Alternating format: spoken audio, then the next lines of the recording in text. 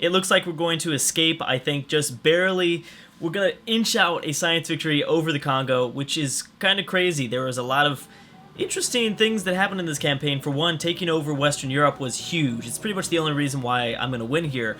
I don't think colonizing North America did all that much. I mean, it was kind of nice to do as England, but in terms of like power and strength, what it gave to me ultimately was kind of nothing.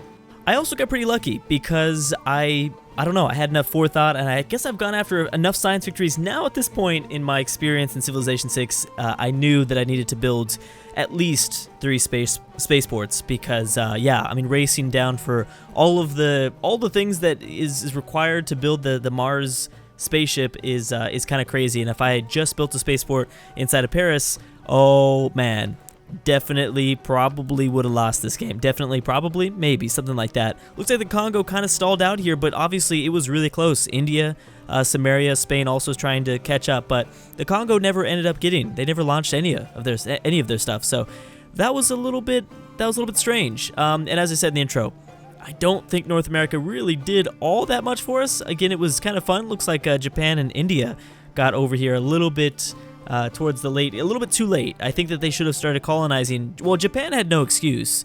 There was no shallow water here, but they should have grabbed California really, really quick. They did not do that. I didn't have to use up my uranium, which was pretty nice. Spain and Germany never ended up declaring war on me, but I had nuclear devices just sitting there waiting to drop on some Spanish or German troops, whatever, but they didn't want to take me up on that proposition, so that's fine. That's fine either way. So yeah, this was my first TSL. I think that this went kind of the way I wanted to in terms of these stadiums look so cool. In terms of the way, like the processing of turns, it's not too bad. I was actually expecting much worse. By turn 350, I thought it was going to be much worse. But partly, that's due to the fact that there isn't as many. Ooh, smart of Spain, going for South America. Again, it was a little bit too late, and I would definitely increase. The difficulty here if I were to go to another TSL, especially an old world TSL like this.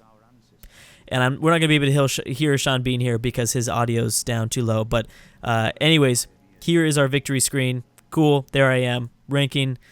Man, I'm still so saddened the fact that there's no replay. There's no replay video. That kills me. I do want to look at my science per turn, though. Bam. Okay, so I started skyrocketing. I didn't realize, I was never a threat. My science per turn, you have to keep in mind I had a ton of cities, a ton of freaking cities. But around this stage of the game, I was really worried. I was like, oh crap, like I'm going to get beat. I think this is actually the point where I was like, oh, this is where I'm going to get beat. And then I just, boom, mass spammed campuses, mass spammed universities. This is when I started mass spamming research labs, so it was just all over from there. And I didn't even need all this extra science. That was the thing. Now, is there a production hammers per turn?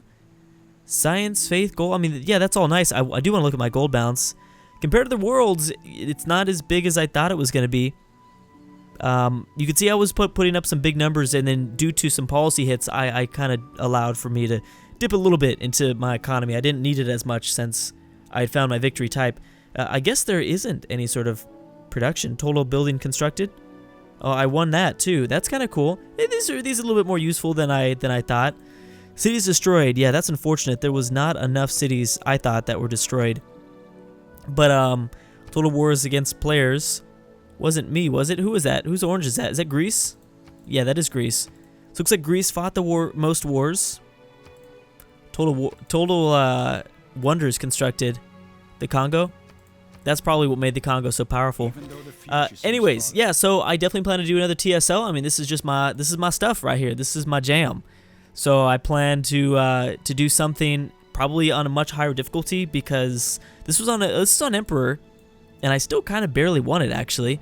I think if I was in a better position, I need to keep in mind the fact that I start off in a really, really horrible position, and I was surprised that not everybody in the comment section was like, Drew, you're gonna lose, because I almost get those comments. I swear, I get those comments every single series, no matter what.